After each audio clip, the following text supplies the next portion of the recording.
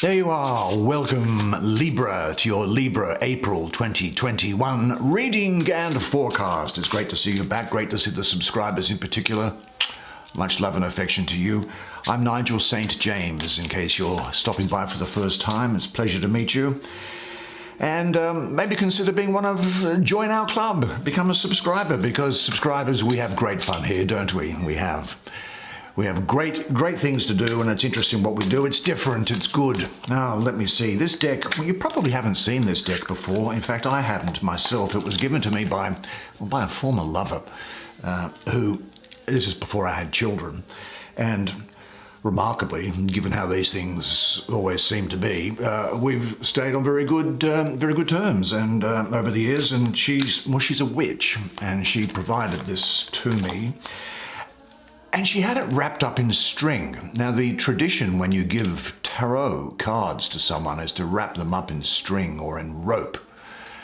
Don't ask me where it came from. That's just the tradition that those in the know. And you now know what those in the know, don't you? Yes, not no. Okay, it's been great to have some one-on-one time with many of you over the last month in private clairvoyant readings. They go for about an hour, sometimes a bit more. Check out the information in the description box below, and you can see how easy it is for that to happen from anywhere in the world. Now, let me just see. We're going to draw 5 cards for you because that's our normal practice, isn't it? And we'll see what they have in store. Now, she told me that this was a very difficult deck to read. There's the 4 of Cups. I, however, get, there's the Chariot. I get a very good response with it. So I think you're going to get a lot of comfort. And you're going to get peace and some hope and joy, I think, from what comes through with this reading. Because that's how they respond to me. There's the 5 of Pentacles. Now, what's this 5 of Pentacles? It's bordered on the top by fantastic cards. Let's see what's down here. There's the 6 of Pentacles. Well, there you go. That sorts out any difficulties that may have been there with the 5, but we'll talk about that in just a second. And finally, there is the Knight of Cups. Well, Knight of Cups, why don't you, Libra, come down and have a sit down next to me. We'll have a look at the artwork on these cards together while they talk to me, and I'll tell you what they have to say for you for this month. Okay, great set of cards. Let's have a look at this 4 of Cups first and see what it might have to say to you. Now, I notice at the front here you can see that there is the glyph. I'll just bring it a bit closer, then we'll pull it out again. The glyph for the moon, and that is Cancer. Okay, so the moon in Cancer is what the developer says it is. This is the Lord of blended pleasure for me, and it is the moon in Cancer. In fact, it is the moon in the 3rd decan of Cancer. You know how each sign is divided into 30 degrees? Well, each sign is further divided into 3 segments of 10 degrees each. 0 to 10, 10 to 20, and 20 to 30 degrees. This is in that last degree, that changeable, that movable, that mutable decan of Cancer, the 12th to the 22nd of July. The moon in Cancer, well, this is good because in astrology, the moon is the ruler of Cancer, which in some respects might seem to be about the only really great strength of the card. Look, I have to tell you frankly that the underlying message here is that I think that maybe you want to be emotionally fulfilled in a deep way. You want to be fulfilled in a deep way. And maybe you're having some trouble having that happen.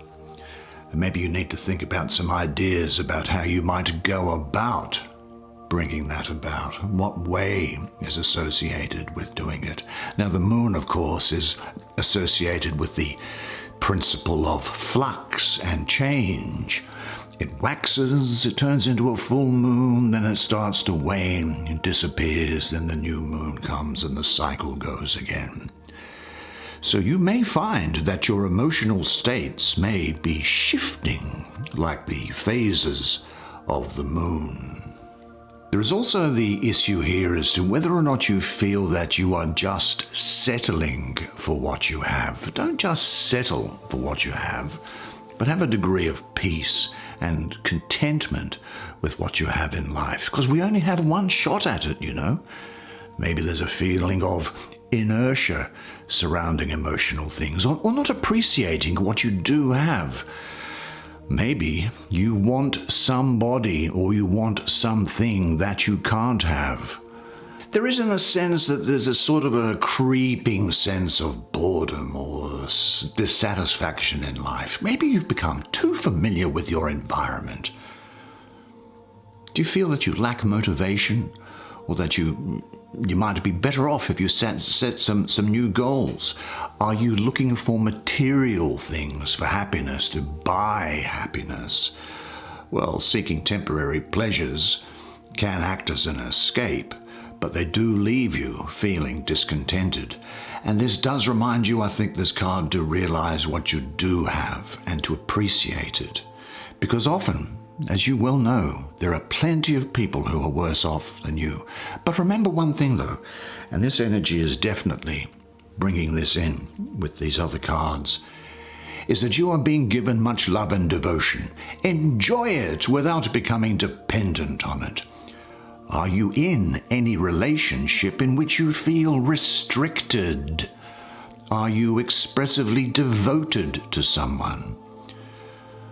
These are just things I think that's coming up as messages for you to think about during this time. It may be that worries about other things going on in your life could be spilling over into things which are to do with your emotional life, you know, because this card here, have a look at it. The hand is out. Although there's money, there are pentacles in the hand. The hand is out there looking for new things, and it is here Mercury ruling the first decan of Taurus and 20th to the 30th of April. So you have the speed and fluidity of Mercury now being weighed down by slow, heavy, fixed earth sign of Taurus. And it can bring in you, and this is a warning, some brooding or pessimism or even problematic communications with other people. But I've got to tell you, things are changing, and things are changing around for the better.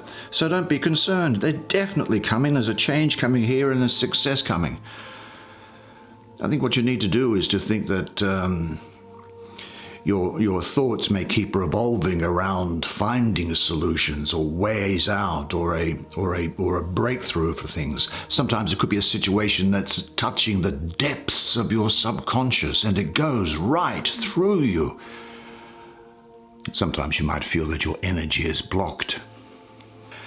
But what I really get the feeling of here is that perhaps there has been something that has been going on for some time with you and it hasn't been properly dealt with.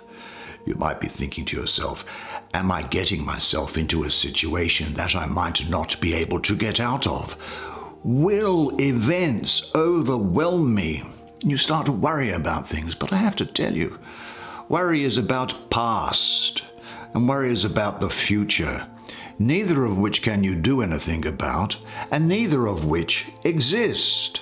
And you have to ask yourself, if you knew that on the 14th of next month at 2 p.m. in the afternoon you would definitely die, would you be worried about the things that you are worried about now?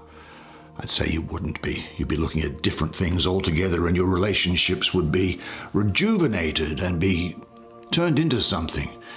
Really, is there something that poses a threat to your overall security? And that's the Taurus aspect that I'm getting here.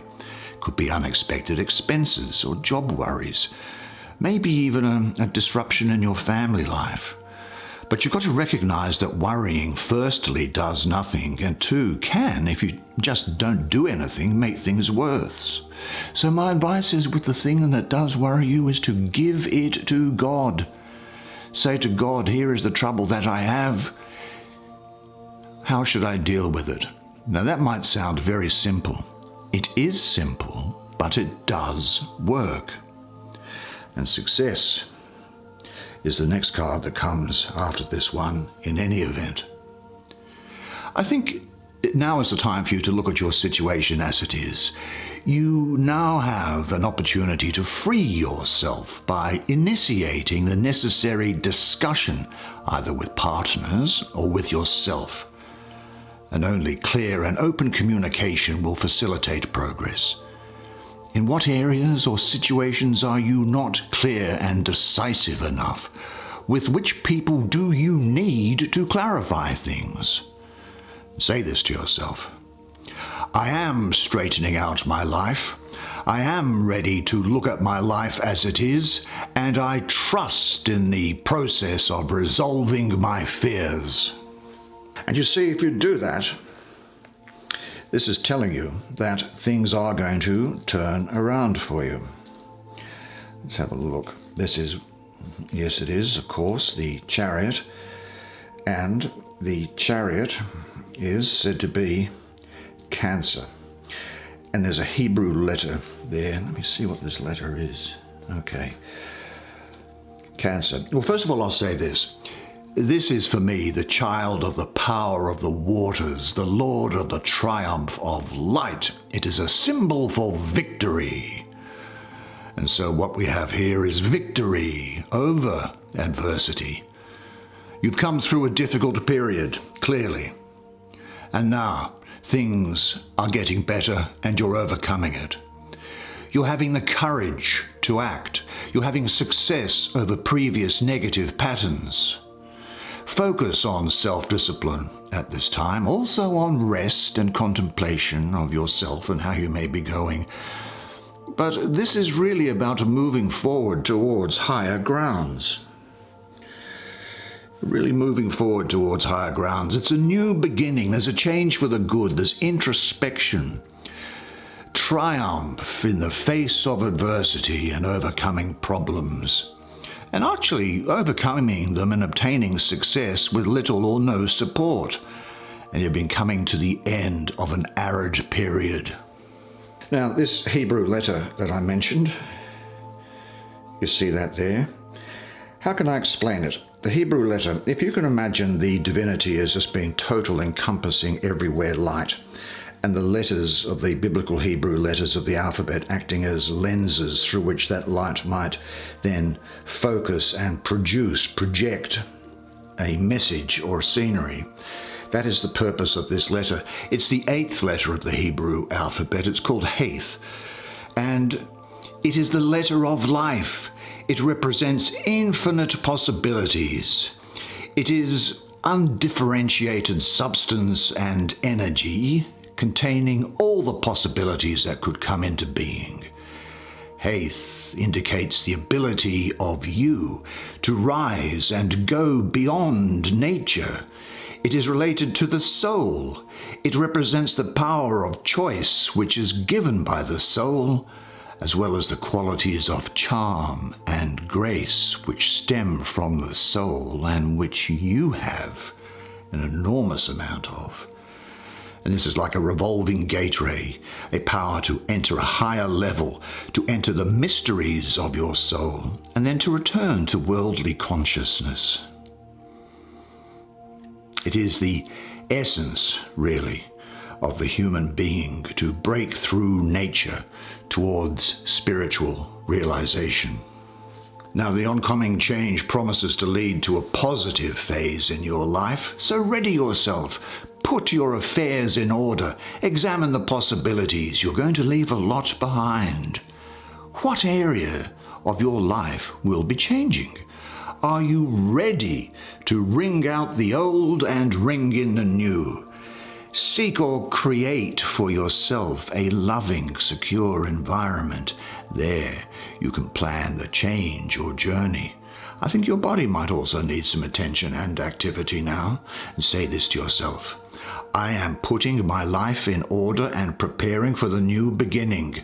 I motivate others positively.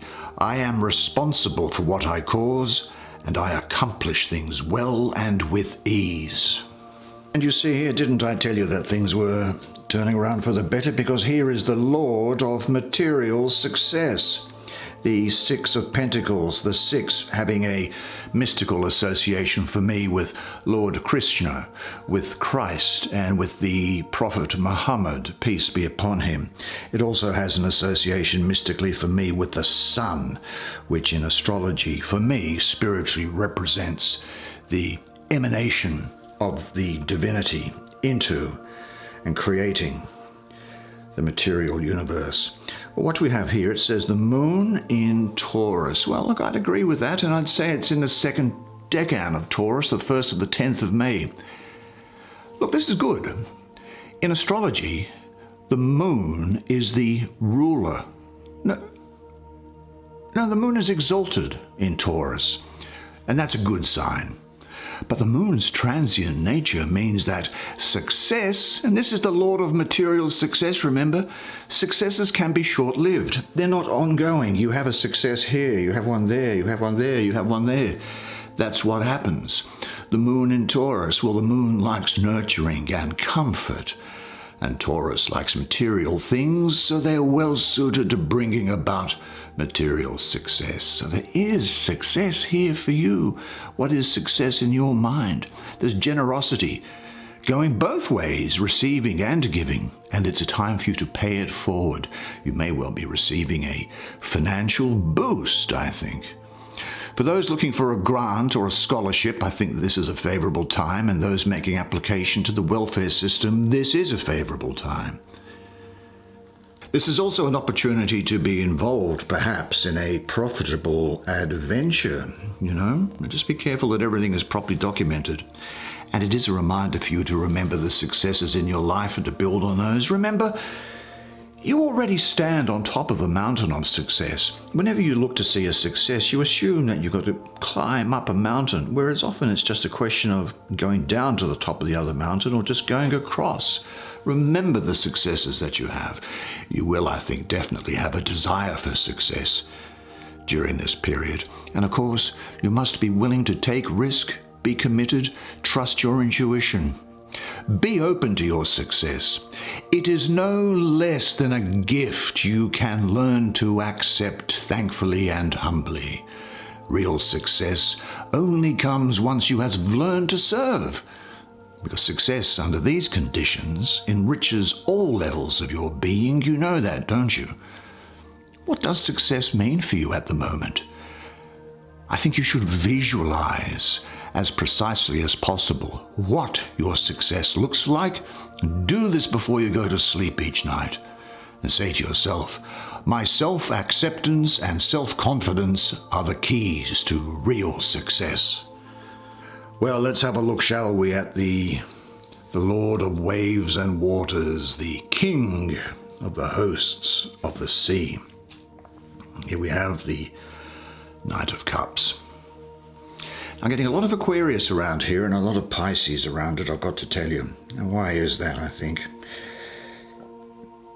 First, I'll say this. You see this sign here? This is a symbol for fire, and this is a symbol for water. Water, of course, being cups.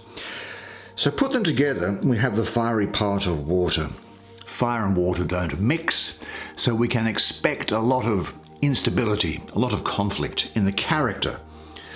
Maybe in your character during this period, but certainly in the character of someone who you may well know. And I'm getting Aquarius and Pisces around here.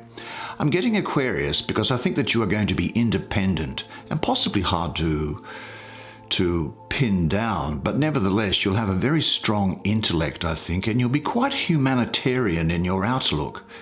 And I'm getting Pisces because I feel that you'll also be sensitive and almost dreamlike in nature, quite spiritual. Now, just like we saw one of those Hebrew letters before, here's another one. I'll just tell you what it is. It's different to the other one. It's the 5th letter of the Hebrew alphabet, being He. Now, He represents divine revelation, the breath of the Creator.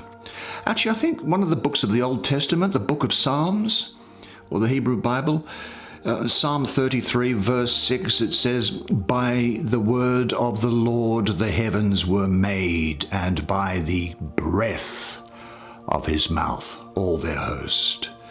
So the world, the universe, was created with the utterance of the He, that word. It represents the gift of life and creates underlies the verb in Hebrew, haya, being. It is divinity, the spiritual life that comes about through the first 4 letters that come before it, but it represents the life essence in all of creation. It symbolizes the effortlessness of the world and is the symbol of divinity and gentility. It contains within it the freedom of choice. So free will is built into the universe. And He actually is also one of the letters of the holy name. You would have heard probably of the name Yahweh. Well, we think it's pronounced. No one knows actually how that word is pronounced. We very often see it as written as YHVH, which is in English anyway, or in the script that the English language uses. But we don't know how it's pronounced because in the old texts there were no vowel markers to say how a letter should be pronounced. Now in the Hebrew it's just said to be Yud Hey Vav Hey, so that letter forms part of the holy name of Yahweh, just as an interesting sidelight. Now is this someone that you might know? Now it could be a man or a woman, as these court cards can be, but I'll refer to it as a man for the obvious reason. And it is a man with commitment issues. Someone who's kind of friendly, but sort of passive. Someone who is attracted to excitement. Sometimes a person with unsustainable enthusiasm for people or projects or ideas to the extent often that they drive everyone around them crazy. A person can be sensitive, but quite shallow as well. He's mostly passive with the qualities of a Venus or a weak Jupiter. And as I say, he's friendly in a passive way, but he is on the whole so superficial that it's hard to reach his depth. He's standing in water here, and frankly, his name is written in water. He does have a capacity for giving, and actually for getting the higher emotional planes. But is someone who possibly has mismanaged his affairs in the past such that the history or his resume looks like an unbroken record of failure, really. And because we have that combination of fire and water in the person, there could well be mental civil wars going on within them, which they seek to try and resolve with drugs or with drinking. I think that at best this is a loving and generous person, supportive and tender, that can be capable actually of quite high spiritual achievement, really. But they're not someone who's in your life for very long. Now, the lesbian and gay communities, please make the necessary adjustment here. But they are a person who loves the opposite sex, and the opposite sex loves them. They can't get enough of them. They're charming, very charming, but not very deep. Someone who's generally ruled by their emotion, not very practical. And they'll try to flatter you, really, then pick up their share of the expenses, I think. They can often be intensely insecure, needing reassurances. And at worst, really, such a person is unfaithful, fickle, shallow, highly emotional, and unreliable, really. I think what this is saying for you, though, is that for you, that you now yearn for intensive interchange with those of like mind and like outlook. Birds of a feather flock together. Find the flock that you can join. How can the interchange in your relationships be enriched? Seek your true family, the community in which you feel at home, because there you will find the quality of the communication that you long for. And say to yourself, I am now going to find the quality of the contacts that I need. That's it for you. Well, it was my pleasure and privilege to provide that reading for you. Isn't it interesting, the things that come through with tarot cards? You know how one card can have so many things that it wants to get across to you. it never ceases to amaze me, and I'm confident that you will have enjoyed it as well. Look, and if you do enjoy it, please do me the favour and hit the like button. Apparently it does things for the YouTube gods, and it would help more people see what we ourselves enjoy. But listen, in the meantime though, there's one thing that I want you to remember, and to remember it always, and that is this: that you are a legend. And I look forward to seeing you again next month. Until then, it's bye for now.